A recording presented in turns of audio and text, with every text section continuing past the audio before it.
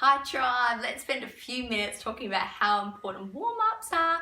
We've just added this beautiful section to our movement and play ebook, so let's have a look. Super important. So we've just gone through here, giving you a couple of ideas of some exercises that we do to help us warm up.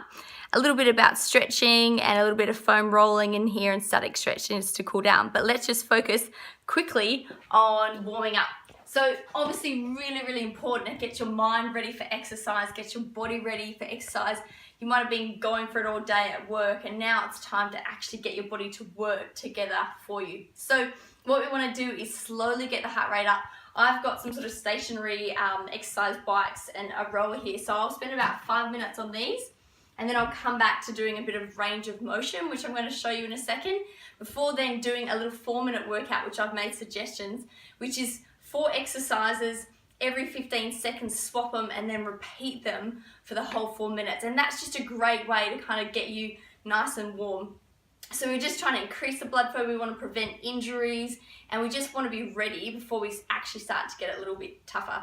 So if you don't have stationary equipment, just, I love my road, hopefully you're not on a main road anyway, or your driveway, up and down your hallway. I just come up and down, or you can walk. You can literally run on the spot. You can do some little jumps in your box. There's so many different ways you can do it. But spend about 5, even 10 minutes, depending on how much mental preparation you might need to actually convince yourself about what you're about to do next, because sometimes I have those days as well. The next thing I like to do is some range of motion. Now, one that I love to do is, this is just a broom handle from good old Bunnings.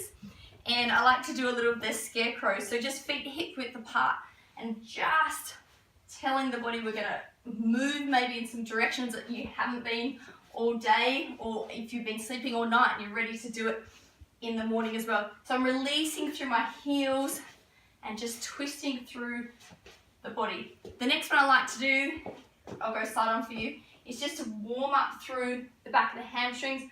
This helps me understand if I'm nice and flat in my back, especially when we're looking at those deadlifts and moves like that. Warming up all through the glutes, lower back, legs, calves, all those beautiful things. You put your feet together. Love these. Good stretch right down the sides, right up through the arms, which is awesome as well. In this position, I just do a couple of squats. I'll sort of see if I'm tight in some areas as well. Have a look at my range. It's really good. Even using a mirror, guys, is really important. We've got this cheap little mirror from the Reject Shop and it's great. Everyone calls it the skinny mirror. Now, a little bit of range of motion. All you're doing is taking the joints through their full range. So you've got your kicks back and forth, your little swing kicks, and just go. You'll start to see whether or not you've got tightness. And here is where I can also tell from people's posture what's going on as well, because some people lean forward and that back leg doesn't swing back.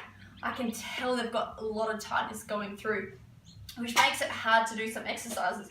So just make sure you spend about 15 to 30 seconds each side. So go up and back, even go front, do the sides. Love it, feels good. And you'll just find your own pattern. I tend to just stick to the same. Oh, I'm all wobbly. The same one. I'm super wobbly. Yeah. From here, you might want to do some lunges. Just sort of have a look where you're at. Again, checking your technique. Chest is up. Pushing away. So you can do anything. Presses. Lots of different things. Broom handle, definitely invest in. Arm circles. Big ones. Back, across the front, through. So the reason we're doing sort of range of motion rather than static stretching, where we're holding, is the muscle needs to be so warm, so that actually works best post-workout. So static stretching post, range of motion, and sort of beforehand. Sounds good? Good little tips. Enjoy!